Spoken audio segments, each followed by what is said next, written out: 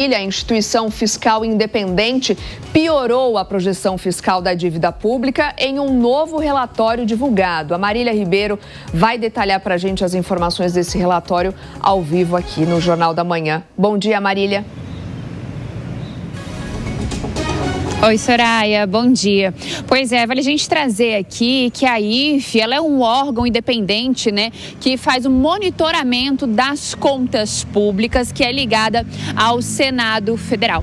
Soraya, vou pedir só um minutinho, porque eu estou me ouvindo e eu vou tirar o retorno para a gente poder passar a informação de maneira mais precisa para quem está nos acompanhando. Voltando, né, essas projeções, elas demonstraram que sem uma reforma fiscal mais profunda, pode haver uma piora na dívida pública e também déficits primários. Além disso, esses déficits primários permanentes, além disso, devem ser crescentes por parte do governo central pelos próximos 10 anos. Ainda de acordo com esse levantamento que foi feito pela IFE, a receita primária líquida do governo central, no cenário base, ela deve fechar 2025 em 18,3% do produto interno bruto, tendendo a cair de forma progressiva para 17,7% do PIB ao fim do período base, que é o ano de 2035, que foi utilizado nesse levantamento. Já em relação às despesas primárias,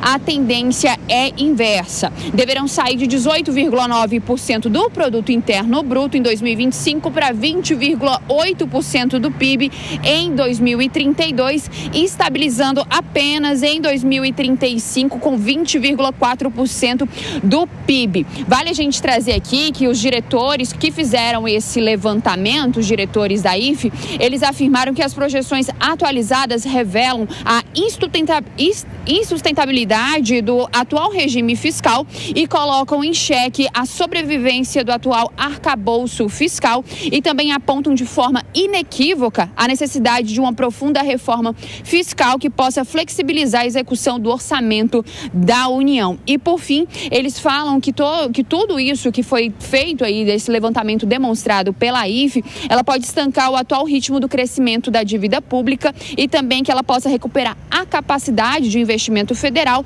e também que possa assegurar o equilíbrio fiscal de estados e municípios. Esse levantamento que foi divulgado pela IFE nesta terça-feira, e a gente trouxe alguns detalhes do que foi feito, né? Só para a gente finalizar aqui, Soraya, e voltar a reafirmar que a IFE ela é um órgão de monitoramento das contas públicas que é diretamente ligado ao Senado Federal. E eu volto com você, Soraya.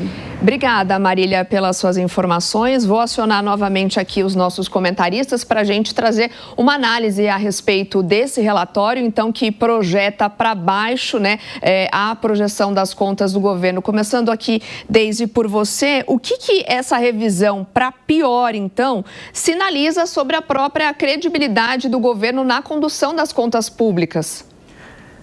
Não tem credibilidade, né, Soraya? Eu acho que credibilidade, governo e contas públicas na mesma frase não dá nem para fazer sentido. O fato é que esse relatório do IFE, como a Marília demonstrou ali na reportagem, ela falou que sem uma reforma profunda, a questão da dívida pública brasileira deve piorar. Vai piorar, porque o governo brasileiro, ele gasta muito, ele arrecada, a nossa carga tributária é uma das maiores do mundo, ele arrecada muito, mas gasta muito mal, não tem prioridades, e o Congresso acaba sendo um coautor no meio disso tudo, né? A gente bate aqui no Palácio do Planalto, mas esquece de falar do Congresso Nacional. Mas é um problema que a gente sempre falou aqui, principalmente desses governos de esquerda, mas é um problema do governo brasileiro mesmo, é um governo que arrecada muito, gasta muito mal, não corta na própria carne. Uma prova disso é a reforma tributária. Nessa reforma tributária, ela foi feita para não, de forma alguma, penalizar o Palácio do Planalto, né? Eles continuam gastando excessivamente. Então, esse recado do IFE, ele deveria soar como uma sirene em Brasília, né? Um alerta vermelho. Mas ele vai ser ignorado, como tantos outros alertas que já apareceram. A própria necessidade da reforma tributária, a gente vai ter a necessidade de uma reforma da Previdência já. Isso todos os economistas falam, todos os analistas falam. Então, a gente está num ciclo vicioso onde o populismo ele acaba tendo prioridade e o reajuste nas contas fiscais. o reajuste nas contas econômicas, eles acabam se sobrepondo ou ficando de lado em relação a uma covardia política que não encara esse problema de frente.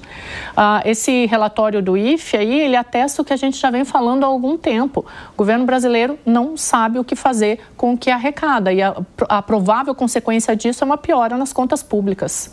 Ô Zé Maria, acho que esse é o ponto, né? O alerta está dado, mas a gente não consegue ver uma movimentação, seja de governo, seja de Congresso, no sentido de tentar minimizar os impactos desse alerta, né, Zé? Essa reforma tem que passar pelo Congresso, mas os deputados e senadores estão muito preocupados em administrar as emendas parlamentares, um grande poder.